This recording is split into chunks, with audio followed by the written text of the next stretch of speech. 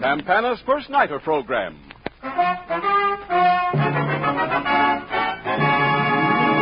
From the Little Theater off Times Square. Starring Olin Soule and Barbara Luddy with an all-star cast sent to you by Campana, the quality name in cosmetics.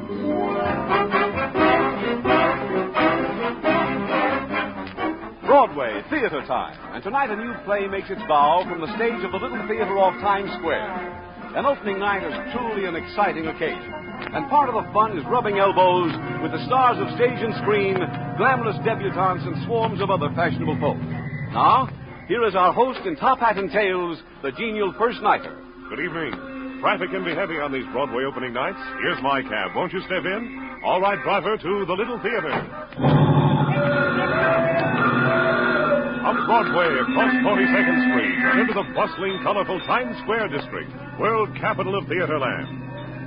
And just ahead is the famous Little Theater. Well, here we are. Hey, old chap, isn't that Reese's Stevens? Oh, my, I'm sure I saw Robert. Please, really, no autographs. Now, this is just a Have your tickets ready, please. Have your tickets ready, please. Good evening, Mr. First Nighter. The usher will show you to your seats. Thank you. We'll go right in. Here we are, ladies and gentlemen, in comfortable down front seats, all ready to enjoy the premiere performance of another original Broadway play. Lovely ladies and their handsome escorts are being shown to their seats by the ushers. Yes, and there's Frank Worth and the famous First Nighter Orchestra in the pit. But now, let's glance through tonight's program. The play is entitled A Writer in the Family, written by James Arthur Roti, and co-starring Olin Soule and Barbara Luddy. Miss Luddy is cast as Nora Stevens, a writer of Western stories, better known to her readers as Shorty West. Mr. Soule will play Bill Hanley, a highway surveyor. And what an all-star supporting cast! Hughes Studebaker, Mary Lansing, Paul Frees, and Arthur Q. Bryan. And now there's just a moment till first curtain. There's the signal for first curtain. The house lights are out, and here's the play. Now, you dag-blasted vulture, I'm going to count to 3, and then I'm coming for you. Gramps! What I do, I'm a-coming smoking. 1, 2... Gramps! Hey! What's that? You calling me Nori? You know perfectly well I am. Now, you better come in here before you hurt yourself. Oh, holy jumping Jupiter. Anybody think you was my mother instead of my granddaughter? Me hurt myself? Now, let me have Genevieve. Nori, did I ever tell you about the time me and Genevieve here captured them 16 rustlers? Well, I was riding up Black Bear Canyon, and all of a sudden I noticed something. It was Red Johnson and 15 of the roughest, toughest hombres this side of the Mississippi. Yeah. They was a-changing brands of Jack Gordon's prize steers. Oh, shucks, somebody told you. Gramps, if your back is too sore to operate the gas pump, it's not going to get any better with you carrying on like Wild Bill Hickok. I was just practicing my draw. Now, give me that 6-gun. Now, you ain't going to hide Genevieve again. I most certainly am. Not that it'll do any good. You always manage to find her again. Right, you. Now, you better come in and lie down. Me lay down? I just got up. Gramps? Oh, what chances no buzzard like me got with 2 females around here anyway. Hello, Aggie. Hi. Now, get me a magazine. Let's go look at the pretty picture. Yeah, looks like I ain't seen this one yet. Oh, no, not that one, Gramps. Well, it's a Western, ain't it? Yes, but I've already started a story in that one. Now, since when do you read Western? Oh, never mind. Now, you take this one and run along. Isn't so you can't do nothing around here anymore. Ooh, that was close. Nora, Yes, Aggie?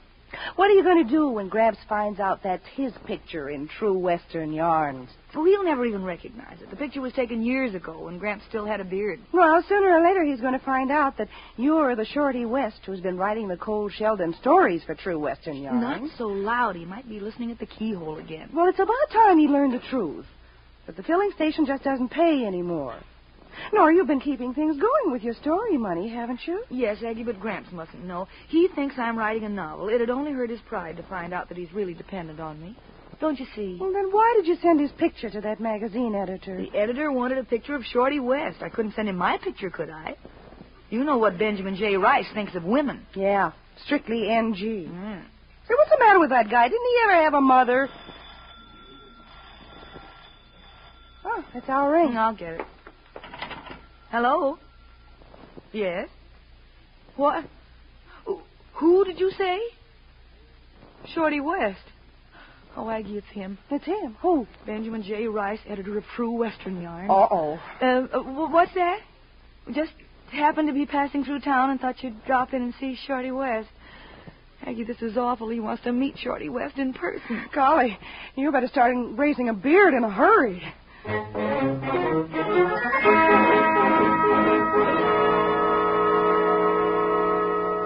Gus. Huh? Hey, Gus, take a look here a minute. Oh, what gives? Hey, careful of the tripod. Take a look through this thing. See if you see the same thing I do. All right. Huh? What do you see? Nothing. Only that old white house next to the filling station. Only? That's it. We're laying out Highway 87 so that it's going right through that house. Holy smokers. You sure you got this thing set right? Positive. I've checked everything 3 times just to make sure. Highway 87 is going right through Mr. Stevens' house. Stevens? Is that the guy's name? That's what it says here. Here, see? N. Stevens. Yeah, that's it, all right. Yeah. And maybe we ought to drive over and pay this Stevens guy a call. It's okay with me, but somehow I got a feeling he ain't gonna like us.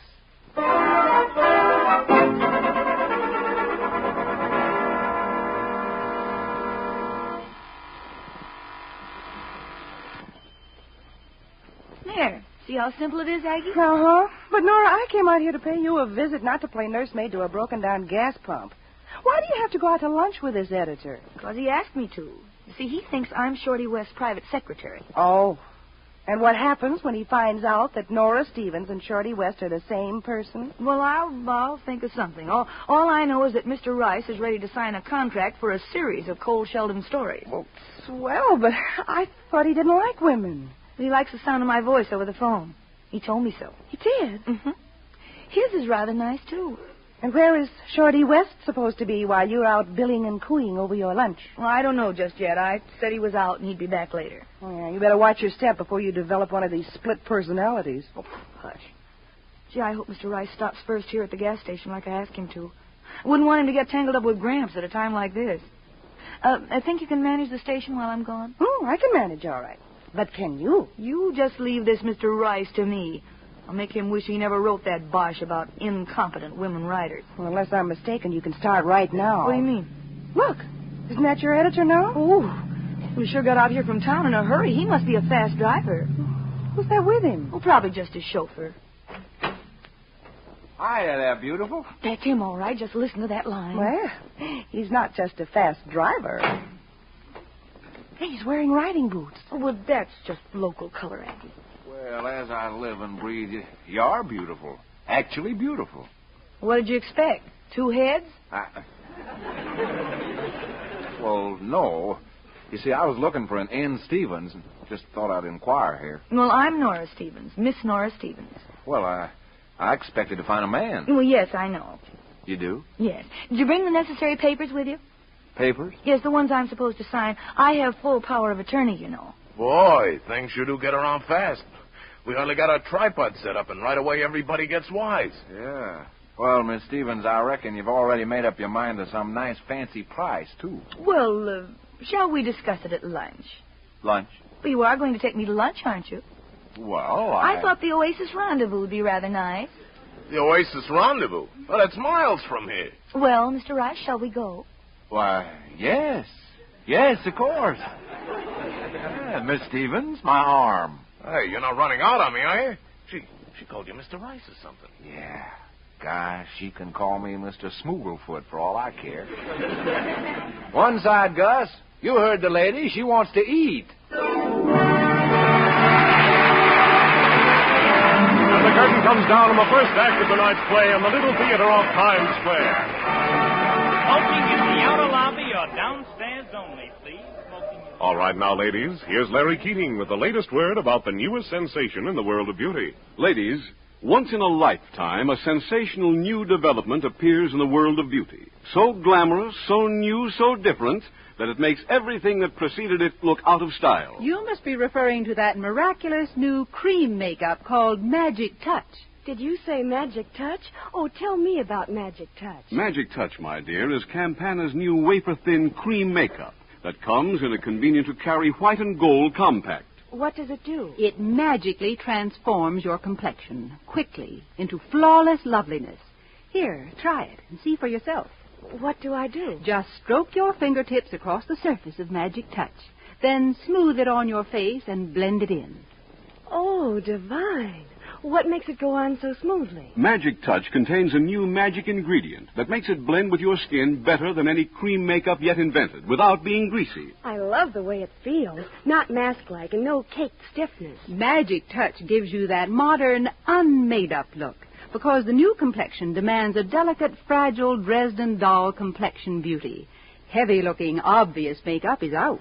Now, do I powder? No, if you want that new luminous look, and I don't mean shiny. Yes, if you like a dull, matte-like finish. I love it, just as it is. Magic Touch is all you need to be beautiful for hours and hours and hours. By actual test on groups of women with all types of skin, Magic Touch was superior for lasting quality. Stayed lovely longer. Retouching unnecessary until after the 6th hour. Most makeups require mending after 2 or 3 hours. And don't forget how inexpensive this magic makeup is. Only $1 for the large compact of Magic Touch. Only 39 cents for the special introductory size. Try Magic Touch tomorrow. See how much prettier you can be.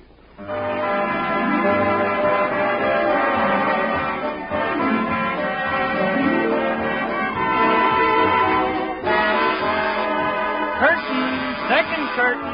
The first nighters are hurrying down the aisles to their seats. The lights are dimmed, and here's the second act of A Writer in the Family.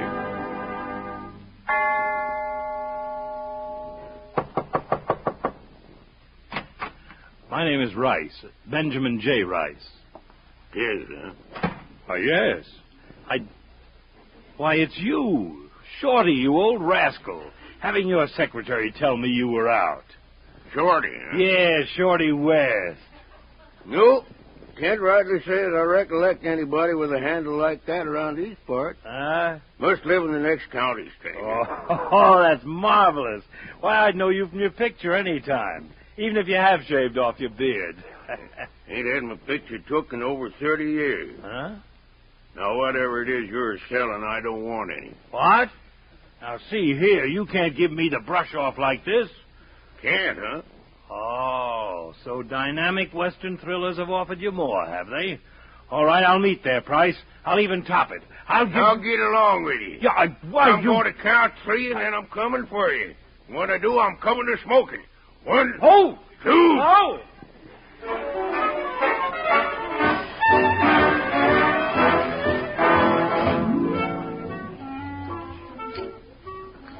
More coffee, baby? No. No, thanks, Benjamin. Like to dance again? No, somehow your voice doesn't sound like it did over the telephone. Oh, well, your voice never does sound quite natural over a telephone, does it? No, I guess it doesn't. But, Yeah. well, just why do you pretend to hate women when you... Me hate women? Why, I like 'em very much. Especially pretty ones like you, baby. You say the sweetest things, Benjamin, if only you meant them. Why, I do. Here I am practically throwing myself at your feet. You, what do you do but doubt my sincerity? Well, if you're such a sincere person, then why have you been avoiding the subject of writing? Have I? You most certainly have. You've let me talk my head off about Shorty West, and never once have you even so much as let on that you ever heard of him. Well, it's all been wonderful, but everything has to end sometime. Nora, my name is not Benjamin Rice, as I've let you think. I'm just plain, ordinary Bill Hanley. Bill Hanley? Yeah, baby. Now you know. Well, go on. Tell me to get out, to go peddle my papers. I deserve it. But, gosh, I'd sure do it again if I ever get the chance. Oh. Well, isn't that strange? Is it? I never knew editors didn't use their real names, but Bill, I'm so glad. You are? Yeah, because that makes things so much easier for me. Does it? Yes. You see, I've been kind of deceiving you, too. You have? Uh-huh. I'm Shorty West, the author. Well, what do you know? Well, then I'll have to call you Shorty, won't I? You don't hate me for it, do you, Bill? What? Gosh, no, me hate you just because your ma names you Shorty? Baby doll? It won't make any difference in the signing of the papers. Why? No, why should it? All you have to do is prove ownership. What's it matter if your name happens to be Shorty? Oh, I can prove ownership. I kept a carbon copy of everything, even the letters I wrote to you. Shorty, huh? You know, baby, I kind of like that name. Well, time's a wasting. How about dancing this number, Shorty, baby? I'd love to, Bill.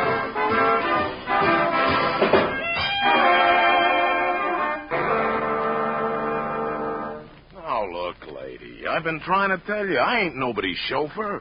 I'm Gus Norton, see? And me and my pal, Bill Hanley, both work for the County Highway Department. You mean that man isn't Benjamin J. Rice? No. And Bill sure ain't no magazine editor, neither. Oh, this is terrible. Nora's been kidnapped by that stranger. Oh, Bill ain't no stranger. Now, just take it easy. Take it easy? Why... Quick, is there a telephone here? Say, mister, you look like you've seen a ghost. Maybe I did. Did you ever look into the business end of a six-shooter? You mean you've been held up? I have been threatened with a deadly weapon, with deliberate intent to do bodily harm. You have? Yes, by Shorty West, the writer. But I'll teach that old coot he can't make a monkey out of Benjamin J. Rice and get away with it. Did you say Benjamin J. Rice? I most certainly did. Where's the telephone? I'm going to call the sheriff and have that maniac put in jail where he belongs. Oh, this shouldn't happen to a prairie dog. Young woman, have you or haven't you a telephone? Oh, telephone. Well, yes. It's in there. Thanks. Hey, that's a stockroom. I don't see any telephone in here. There. So you're going to call the sheriff, are you? Coming out. You can't do this to me.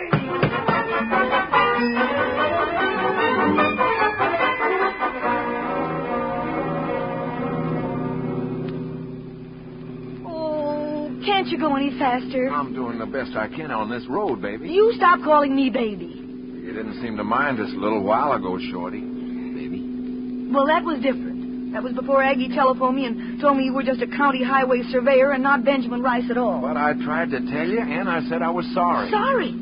Well, do you realize that if Mr. Rice leaves before we can get there, my life is completely ruined? Poor Gramps. We'll both be in the breadline. Ah, wait a minute. Talk sense.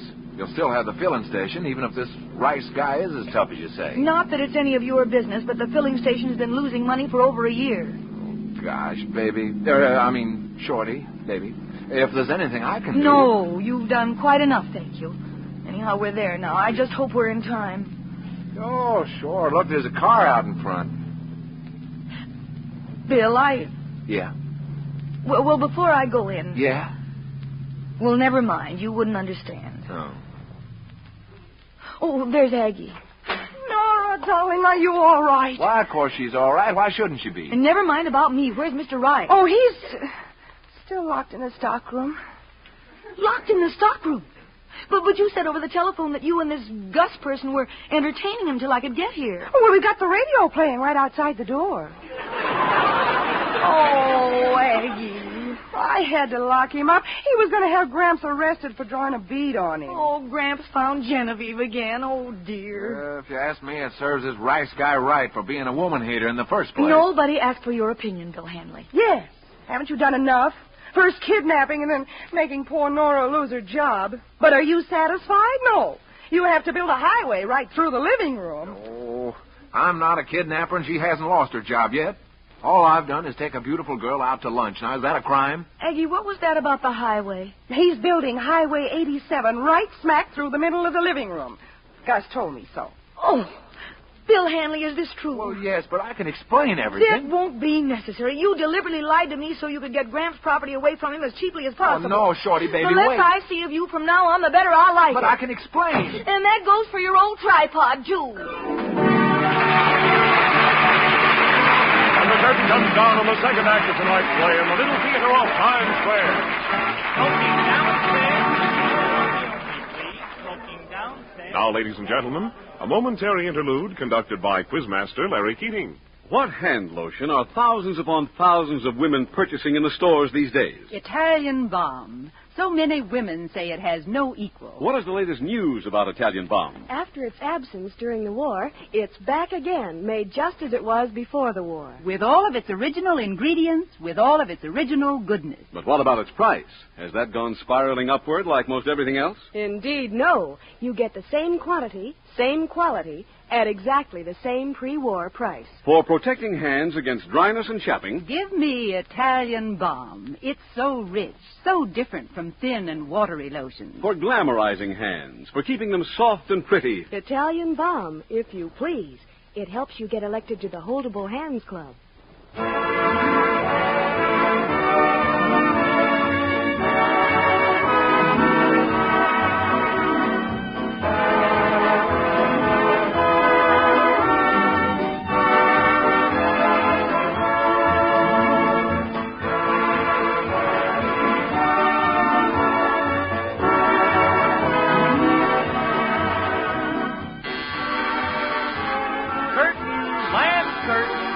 The first nighters are all in their seats, ready for the last act, and there goes the curtain.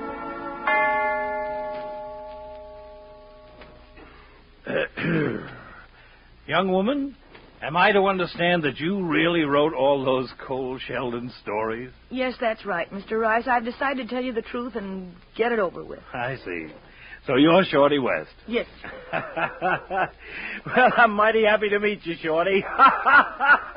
I'm Martha Washington. What are you trying to pull anyway? Nora, he's gone plumb loco on us. Mr. Rice, please, now, I can explain. I can prove it. Oh, you can now. Well, I reckon you and me better have a showdown, partner. They went that away. Reach for your hog leg, stranger. Honest, Mr. Rice, it's me. Then how do you explain this? Oh, that. Yeah, this picture of Shorty West. Well, that's Gramps, my grandfather. I sent you his picture because I thought you didn't like women. Oh, I see. Young woman, you don't seem to understand my position. It's bad sales psychology to have a woman's name connected with a Western story. But why? Who wants to read Six Gun Revenge by Lucy Fairfax? Or Death in the Saddle by Nora Stevens? It's unthinkable. No, I tell you, Miss Stevens, I'd be the laughingstock of the entire publishing business. Looks bad for her, Gus. Yeah. And it's all my fault, too. All right, so it's your fault. Now let's get away from this window and stop this eavesdropping. It ain't dignified. Not so loud, Gus. They'll hear us. And furthermore, I don't believe you are Shorty West. And even if you were, I wouldn't publish a Western story written by you or any other woman. That's being very unfair, Mr. Rice. Just what have you got against women anyway? Nothing, my dear. Women writers of Western fiction, yes. Business is business, you know. But, women as women. Yourself, for example. I find you very attractive. Why, Mr. Rice. Yes, as a matter of fact, I do believe we have a luncheon engagement. Why, the nerve of that guy. Gus, he's a wolf. Bill Hanley, you get right out of here. You've caused enough trouble. No, sir, not till I've had a word with Mr. Rice. Who are you? Never mind that. Do you want good, authentic Western stories for your magazines? Why, yes, of course I do. Well, then what difference does it make? Who writes them? Well, Does the world have to know that Shorty West is a woman? Oh, does it? Well, now see here, young... Nobody's going to know that Shorty West is a woman unless you tell them. Yeah, but if old J.B. ever found out about Who's it... J.B.? The owner of True Western Yarns. He can't stand the sight of a woman. Can't even enjoy his yacht. Somebody's always referring it as she. Just what is J.B. going to say when he finds out that one of his prize editors has been taken in by a designing female? What do you mean by that? Well, you've been publishing stories by Shorty West, ain't you? To me, she looks very feminine indeed. J.B. would be furious. Well, you wouldn't dare tell... What's that? Sounds like Gramps. Now get in there with you blasted polecat. I ain't done nothing, I tell you. Bill. Oh, Bill, please tell him who I am, will you? He thinks I'm a horse thief. I ought to let Genevieve speak her piece, but I gotta keep control of myself. The law has come out here to the west now. Norrie, call the sheriff. Oh, Bill, please do something. I didn't do nothing honest. I was just looking around. Oh, Gus. Hey, pardon me. Ain't I seen you someplace before? Oh, me? That's a funny thing. I could have swore I'd seen you before. Your face looks right familiar. Did you ever ride range for Luke Collins? No. No. Cass Wilkins, maybe? No? No? Well, guess it must have been over at the old Double Bar Ranch then. No, I didn't get either. Now, wait a minute now. It's coming to me. Gramps, this is Mr. Rice, a friend of mine. Now, give me that gun. Well, I'm mighty glad to meet you, Mr. Rice. I swear I'd seen you before. Maybe the night of the Ironwood stage robbery. It was one of them Gramps, times that... now, please. Yeah, These gentlemen aren't interested in... Who scuttled out that door? That was Gus Scuttle. Oh, horse thief, huh? Doggone it, I should have hog-tied him in the first place. All right, I'm giving you fair warning. I'm going to count to 3, and then I'm coming for you. Gramps, give me that gun. When I do, I'm a-coming to smoking. 1, 2... I'll take that gun. 3. Hey, somebody got my gun. Somebody stole Genevieve. Aha! Genevieve, eh? Why, that's it, of course. What do you mean? Who's got my gun? There's only one man in the West that calls his 6-gun Genevieve, and he always gives a fair warning before he comes out of smoking. That man's Cole Sheldon. Cole Sheldon? And the Cole Sheldon stories are written by Shorty West. Gramps here is Shorty West. Why, I ain't no such thing. Oh, it's all my fault. I guess Gramps really is Shorty West. All I did was write down the stories he told me.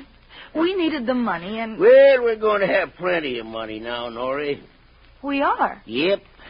What with the new highway coming right through here? Elmer Haskins told me about it last week. That's how come I sold out to that oil company. They're going to build a new station here. What? You sold the property? Well, I sure did. Got a right fine price for it, too. Oh, Gramps, then you're not angry. Why, golly, no. Getting too blasted city-fied around here anyway. I've been sort of hankering to shove on for quite a spell. No, I meant about me selling your stories. Why, that's all right, Nora. What do you think I sent you to that journalism school for? Why, Gramps. Well, it looks to me as though you better sign this contract, Gramps. Me? Well, I can't write. Millions of people think you can. You? Well, shucks, all I can do is jabber. Well, I guess old J.B. can't very well object to a man dictating his stories to a private secretary, can he, Miss Stevens? Miss Stevens, Oh, I beg your pardon. Oh, Bill. Forgive me. Uh-huh. Well, all right, Mr. Stevens, you might as well just sign this contract. All right, sir. You asked for it. Here you be. Well, you just put an X on the paper. Well, of course I did. I said I couldn't write, didn't I? That's why I sent Norrie to that school, so there'd be one writer in the family. And the curtain falls on the last act of another strange Broadway performance at the Little Theater off Times Square. Mrs. DeLay and Miss Claudia are receiving a great ovation. The play's a hit. If the first night is like it, listen to that applause.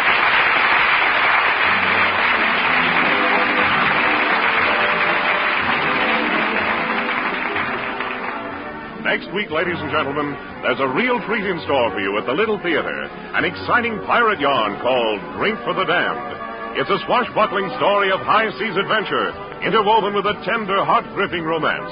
It's packed with suspense and paid off with a surprise. You'll want to hear it. So join us next week, won't you, at this same time? And ladies, to give a magic touch to your complexion, get the new cream makeup, Magic Touch.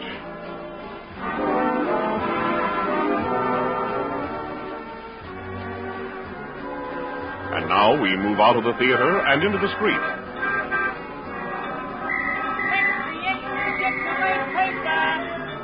Here's your cab, Mr. First Nighter. Thank you. Good night.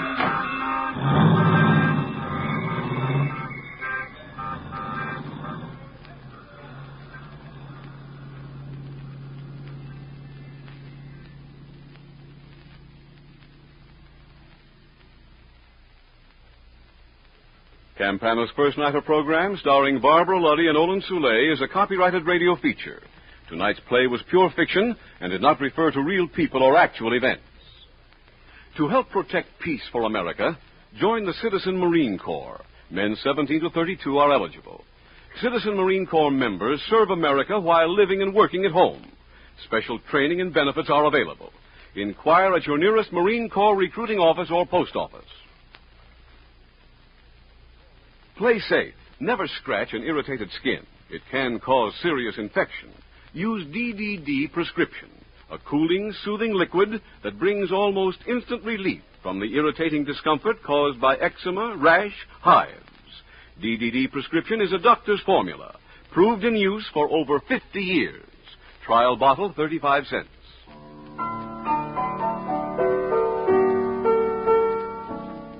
The First Nighter program came to you over CBS, the Columbia Broadcasting System.